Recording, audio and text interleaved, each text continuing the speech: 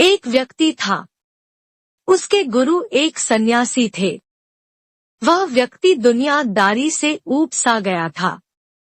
वह अपने गुरु की तरह ही दुनियादारी छोड़कर सन्यासी बनना चाहता था। उसने अपने परिवार को यह बात बताई तो सभी ने मना कर दिया, यह कहते हुए कि हम सब आपसे बहुत प्यार करते हैं। फिर उसने अपने गुरु को यह बात बताई, परंतु साथ ही कहा कि उनका घर परिवार, बच्चे और पत्नी उसे संन्यास लेने नहीं दे रहे हैं, क्योंकि वह मुझसे बेहद प्यार करते हैं। गुरु ने कहा, यह किसी सूरत में प्यार नहीं है।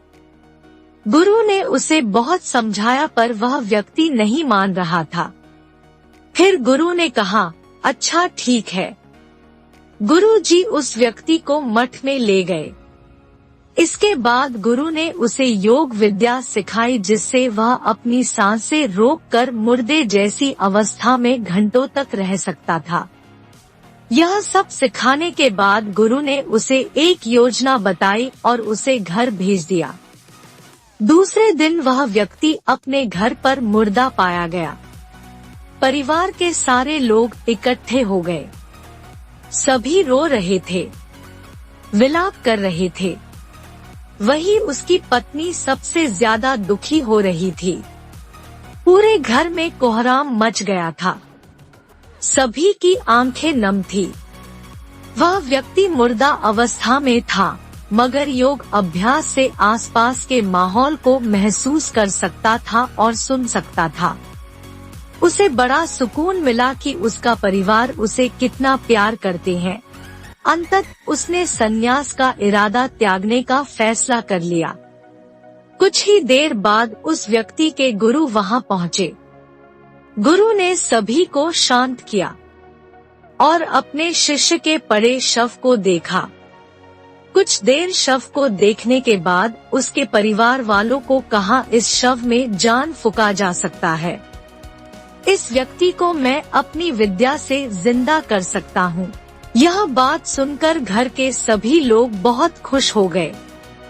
सभी को एक उम्मीद की किरण नजर आ रही थी।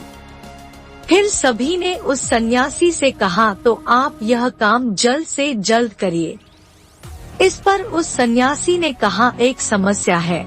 इस कार्य लिए परिवार के किसी अन्य सदस्य को अपनी प्राण त्यागना होगा। यह सुनकर सभी लोगों की सांसें रुकी की रुकी रह गई।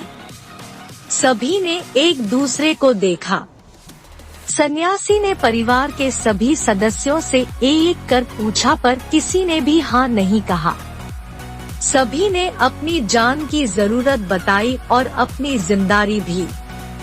सन्यासी ने फिर उस व्यक्ति के पत्नी से कहा, अगर यह नहीं रहे तो तुम कैसे जियोगी? उसकी पत्नी ने तुरंत जवाब दिया, मैं इनके बगैर भी जी लूंगी। गुरु ने उस व्यक्ति के बच्चों से भी यही सवाल किया। उनका भी जवाब नहीं थी। फिर यही सवाल उस व्यक्ति के माता पिता से किया। उनका भी जवाब एक ही था। इसके बाद गुरु उस व्यक्ति के शव के पास आए और बोले, हे व्यक्ति, तुम उठ खड़े हो जाओ। वह व्यक्ति उठकर बैठ गया। उसके गुरु वहां से जाने लगे। उसने अपने गुरु को रोका और गुरु से कहा, मैं भी आपके साथ चलता हूँ।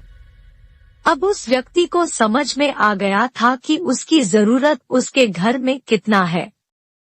अब वह एक पल भी अपने घर में रहना नहीं चाहता था।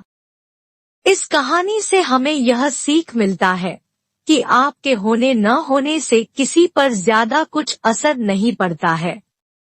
कहानी अच्छी लगे तो वीडियो को लाइक और चैनल सब्सक्राइब जरूर करें।